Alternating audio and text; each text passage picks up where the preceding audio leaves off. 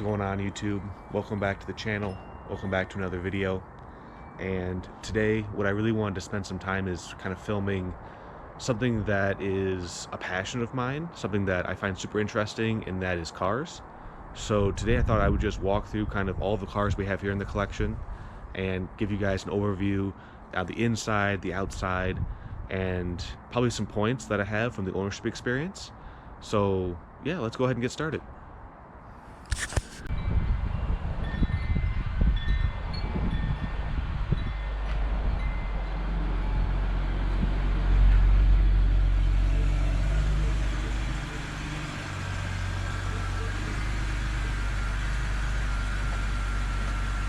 All right, so we are inside the BMW. This particular BMW is a 2011 328xi. So this one has the inline six with all-wheel drive from 2011. This particular one, like you guys saw, was black. It also has the black interior, like you can see. And then something else that's super special about this car is the fact that it is a manual. So it's got a 6-speed manual transmission. And that's one of the big reasons as to why I thought I need this car. You know, it was one of the last cars that BMW did in this configuration with the inline 6-cylinder all-wheel drive with a manual. And they're starting to do a little bit more like now past 2020, but previous to that, 2011 was right around the last year you could get one of these with all-wheel drive. So that was really important selling point for me because I live in Michigan and I need to be able to have a daily that I can take pretty much anywhere and not worry about it. So that was one of the really big selling points for this car. Another really cool thing that this car has, because it's a BMW, is almost all of the options that you would expect out of a luxury car brand. So heated seats, heated steering wheel, and of course the sunroof. So things like that are just kind of like amenities that you would like to have, especially with harsh winters. This car does have, so I was super happy about that. I guess one thing that's not so good about this car, and this is in line with many BMWs, is that this car and this model does leak oil quite a bit. So I do have to add some oil every now and then. I do want to get it looked at, but the cost to repair that is almost not worth it compared to the price of the vehicle, even though I do really like this vehicle. So that's something else, though, is that anytime you want to do any kind of like engine work, it costs a lot of money, pretty much because they have to drop most of the subframe to get to any of these components. And that's just going to bake in a minimum of 8 to 10 hours that they're going to charge you to do any kind of work.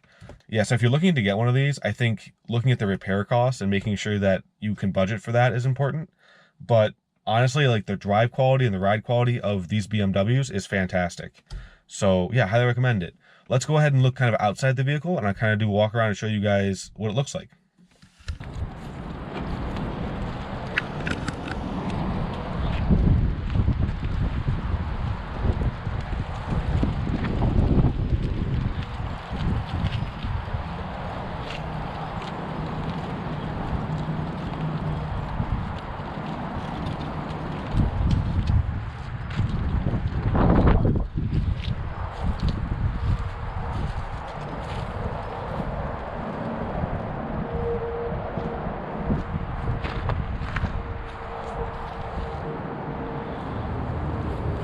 All right, guys, welcome back to the driveway.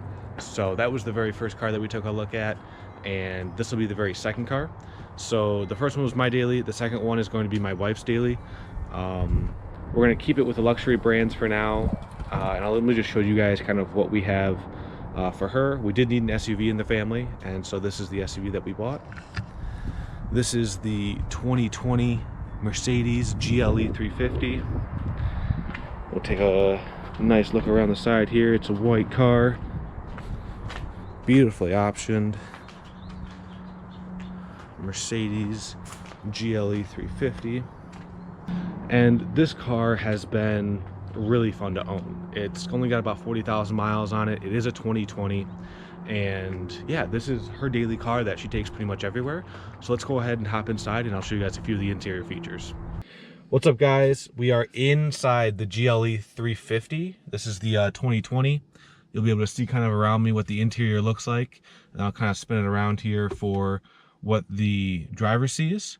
But yeah, this is the interior. It's got this I guess, off-white interior. And then on the dash here, what you'll see is we've got the screen that goes all the way around, right? So we've got kind of one screen here, one screen here. And then you'll also notice that we've got a wood finish on the dash, along with this like plastic stuff that you see in most cars. But yeah, this is kind of the interior of this vehicle. It's got all of the smart features that you'd expect out of a 2020, Apple CarPlay, all that fun stuff. So yeah, this is kind of an interior look of the GLE 350. This was the second vehicle. We're gonna go ahead and hop into the third vehicle. All right, so we are back in the driveway. That was the second car we took a look at, which was the GLE. And so now I'm gonna bring out the very third car that we have in the garage here.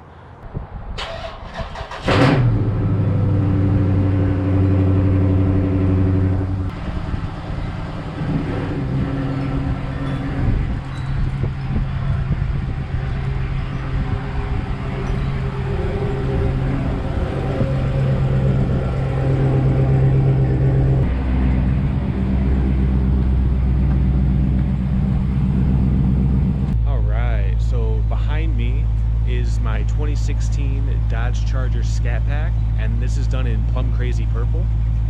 Like I said, this car I got around 4,000 miles, and it's got about 70,000 on it right now. And this was probably 5 or 7 years ago now, my dream car. One of these was so important to me to have that I focused pretty much everything I had on it and ended up actually buying one. So yeah, let's hop into the interior and let me show you guys around, and let's just talk about the car a little bit. All right, we are inside the 2016 Dodge Charger Scat Pack, and I kind of want to go through a little bit about my ownership experience on the car, why this car in particular, and yeah, just kind of give you guys a little bit more of background, I guess. So the background on this car was they changed up the body style for the Dodge Charger specifically right around 2016, and they came out with this brand new front fascia. They redid the entire interior with the Uconnect system, and they also came out with the, I guess, same as the SRT8, right, the Super B. They now came out with the Scat Pack. The Scat Pack comes with their almost 500 horsepower and almost 500 foot-pounds of torque, which for a four-door sedan is absolutely incredible. This car is rear-wheel drive, and so it's only really able to put that power on the street when the weather's nice, or if I've got the all-season tires and they've warmed up for a little bit. But regardless, this is a very fun vehicle to have and a very fun vehicle to own.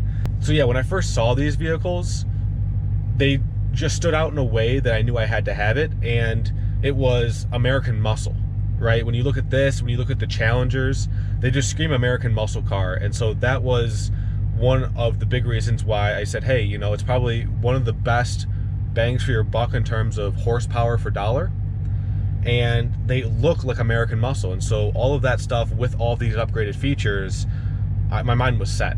A couple years later, I was able to get the funds together to actually purchase this vehicle. I had to drive out to Chicago to get it from Michigan, and did the deal over the phone.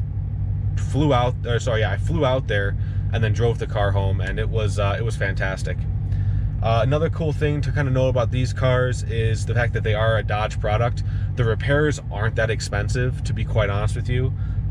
Things that would be more expensive in the Bentleys or the Mercedes or the BMWs are not that expensive with a Dodge Charger. And you still get all of that horsepower to play with. So there's that. The cons for this car are going to be the fact that they are pretty easily stolen. This vehicle itself was attacked twice. Before, I had the luxury of putting it in a garage. I actually had to put it in a carport at an apartment I was living in, and that's probably a story for another day. But basically, the car was stolen twice and recovered, as you can see. But yeah, that's something that I would look at and invest in if you guys are looking to buy one of these. It would be some kind of security system, or at the very least, wheel locks. All right, guys, so we are back in the driveway here after seeing that 2016 Dodge Charger Scat Pack, and I promise I'm gonna upload some more videos of a walk around and some more driving videos, but today I kind of just want to go over like the high level of it, and so I was really excited to get that car out. the last car that I'm going to get out today is going to be the last car that's in the garage here, and that's going to be the 2023 C8 Corvette. And so we're going to do the same thing. Let's walk around the outside, talk about some of those interior features, and then we'll go ahead and for a drive and we'll check it out. Let's pull it out of the garage right now. All right.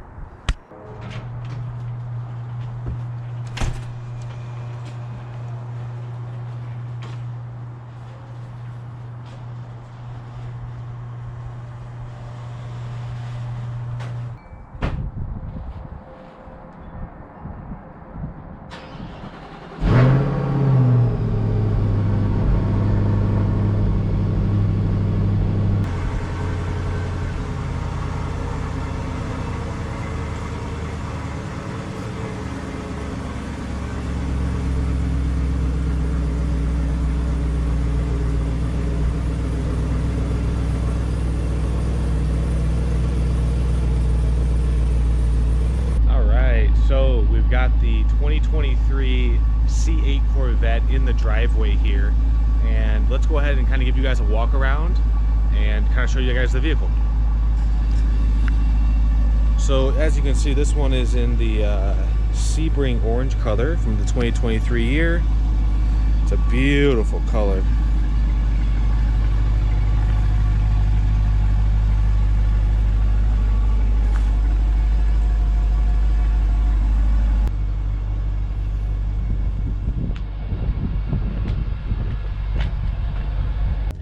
What's up, everybody? So we are inside the C8 Corvette right now, and I kind of want to just film a couple of my thoughts pulling it out of the garage for really the first time this year, and kind of give you guys a little bit of background or some context on the car itself. So this car I was able to purchase from Chevy, brand new. I was able to spec it out in late 2023, and it was well, I probably spec'd it out in mid 2023, and then it was delivered late 2023. So I think I got delivery in August or maybe September of this car in 2023, and I had spec'd it out probably in January or February of that year.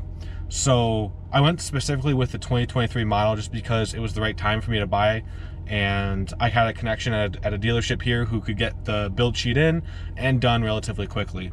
The specific build sheet that I went with for this car was a pretty base C8 Corvette. I did bump up to the LT2 option set, and the LT2 option set gives you a couple more features. So I got like a heated steering wheel, heated and cooled seats, the PDR, so performance driving recording. Basically the car is just recording every time I drive. And then one of the features that I really needed when I was speccing out this vehicle was the heads-up display. And so I can see the suggested speed limit, I can see my current speed, the gear I'm in, and my turn signal status all kind of on the windshield as I'm driving, and that's freaking awesome. I had that way back when in like my 98 Cadillac, and I've been looking for a car that had that ever since, and this was the first one I came across that I got. So another really cool thing about these C8s is the fact that I can remove the top. So we'll be showing a couple driving videos on this channel when it gets nicer out here in Michigan with me removing the top, and you'll see it's just kind of like a convertible with a hard top. So that's pretty cool. Yeah, this is the last car that I'm gonna be showing in the fleet, and eventually I'll have more driving videos as the weather gets nicer. All right, so we are back. This is gonna be where we cut the video. Honestly, I just really wanted to show some of the cars that we have in the collection, and something that's a really big passion of mine. So if you like this video, go ahead and like, comment, and subscribe, and I'll see you guys in the next one. Peace.